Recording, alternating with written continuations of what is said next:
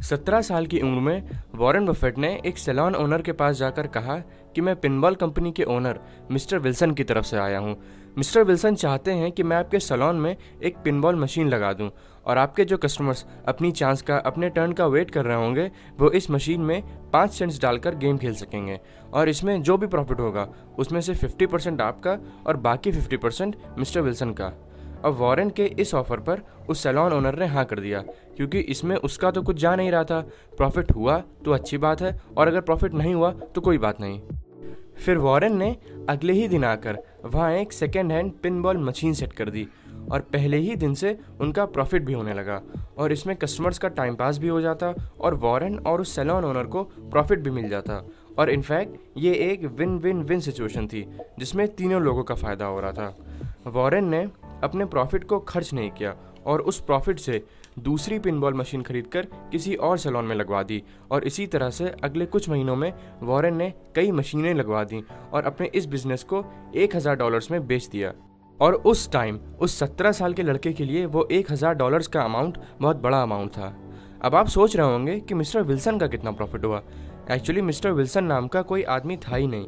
Warren ने उस salon owner से झूठ बोला था क्योंकि उन्हें पता था कि 17 साल के लड़के के साथ कोई बिजनेस नहीं करेगा।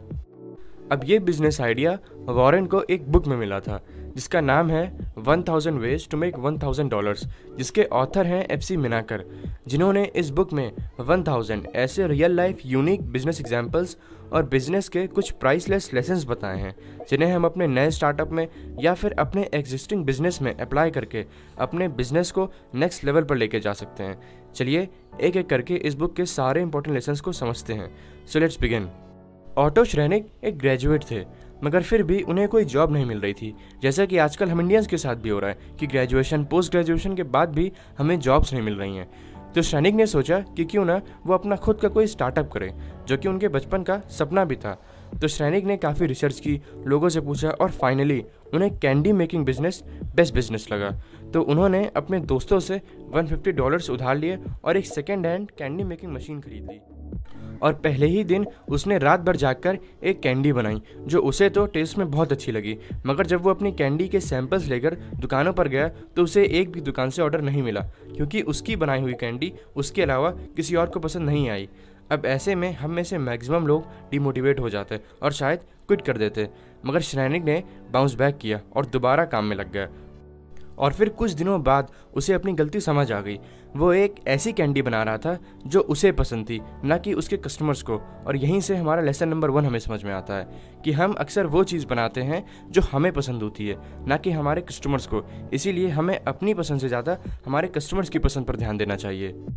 और फिर काफ़ी रिसर्च करने के बाद उन्हें पता चला कि मार्केट में सिर्फ 3 तरह की कैंडीज़ लोगों को पसंद होती हैं, वो है चॉकलेट, पीनट्स और कैरमल कैंडीज़। और फिर उन्होंने यही 3 कैंडीज़ बनाना स्टार्ट किया और फाइनली इस बार श्रेनिक को ऑर्डर्स मिल गए और उन्होंने काफ़ी पैसे भी कमाए।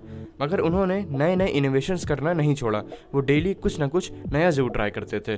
और 3 साल बाद उन्होंने चॉकलेट, पीनट्स और कैरमल इन तीनों को मिलाकर एक कैंडी बनाई जिसका नाम उन्होंने बेबी रूथ रखा। और गाइस, इस बार उनकी कैंडीज़ लोगों को इतनी पसंद आई कि देखते ही देखते उनकी कैंडीज़ पूरे यूनाइटेड स्टेट्स में बिकने लगी। और इस एग्जाम्पल से हमें एक और बहुत इंपॉर्टेंट लेसन मिलता है, जो है इनोवेशन, मतलब नई नई चीज़ों को ट्राई करते रहना और अपने प्रोडक्ट्स को इम्प्रूव करते रहना, क्योंकि इसी इनोवेशन की वजह से हम मार्केट में अपने लिए मोनोपोली क्रिएट कर पाएंगे। अब हमारा अगला पॉइंट है raising things to sell. Harvard एक बढ़िया सी 9 to 5 इंडोर जॉब कर रहा था, मगर उसकी इंडोर जॉब और उसकी बैड ईटिंग हैबिट्स की वजह से उसकी हड्डियां कमज़ोर होने लगी थीं और फिर डॉक्टर ने उसे ज़्यादा से ज़्यादा टाइम धूप में रहने के लिए सजेस्ट किया। अब हावर्ड ने अपनी जॉब छोड़ दी और उसने अपनी सेविंग से 5 एकड़ की एक फील्ड खरीद ली और पोल्ट्री फार्मिंग का बिजनेस स्टार्ट करने को सोचा। अब डायरेक्टली बिजनेस में घुसने से पहले उसने पोल्ट्री से रिलेटेड न्यूज़ पढ़ी, मैगजीन्स पढ़ी, लोगों से पूछा और आसपास के फार्म्स पर भी विजिट किया। और फिर इतनी रिसर्च करने के बाद फिर उसे धीरे धीरे समझ में आया कि उसके आसपास के मैक्सिमम पोल्ट्री फार्म्स में चिकन्स की बहुत बुरी कंडीशन थी। उनके ओनर्स उन्हें ढंग से खाना नहीं देते थे, उन्हें बहुत गंदगी में रखा जाता था।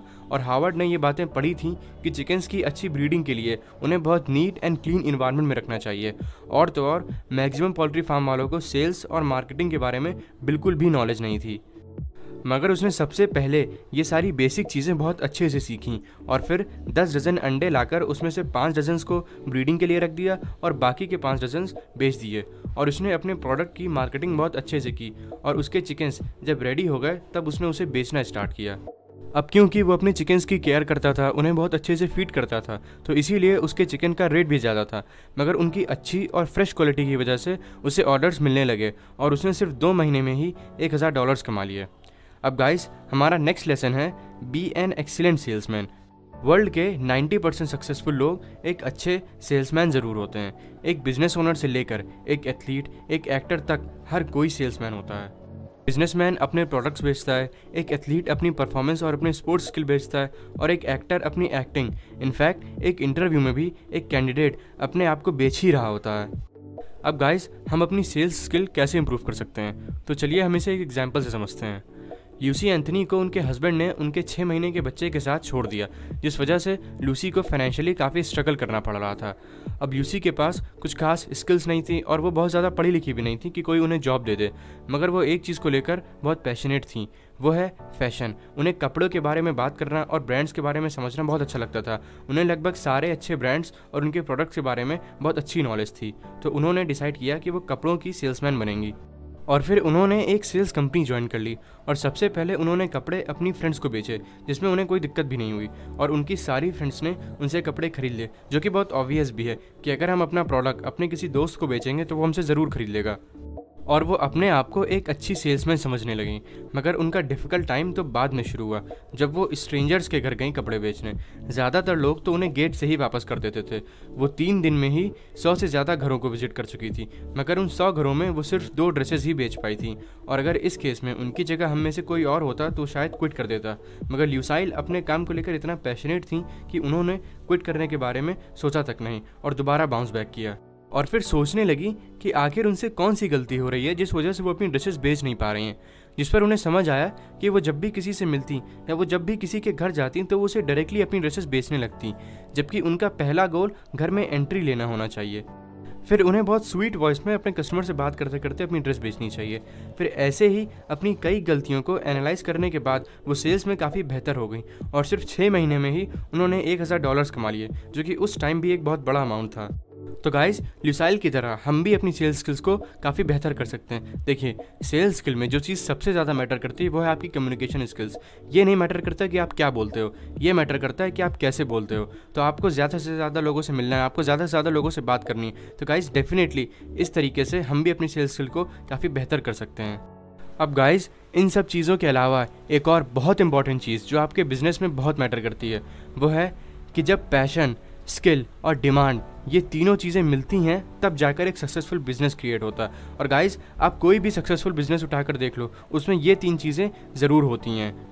और जिस दिन आपने अपने बिजनेस में ये तीनों चीज़ें ऐड अप कर ली तो उस दिन आपके बिजनेस को और आपको अपनी फील्ड में सक्सेसफुल होने से कोई भी नहीं रोक सकता।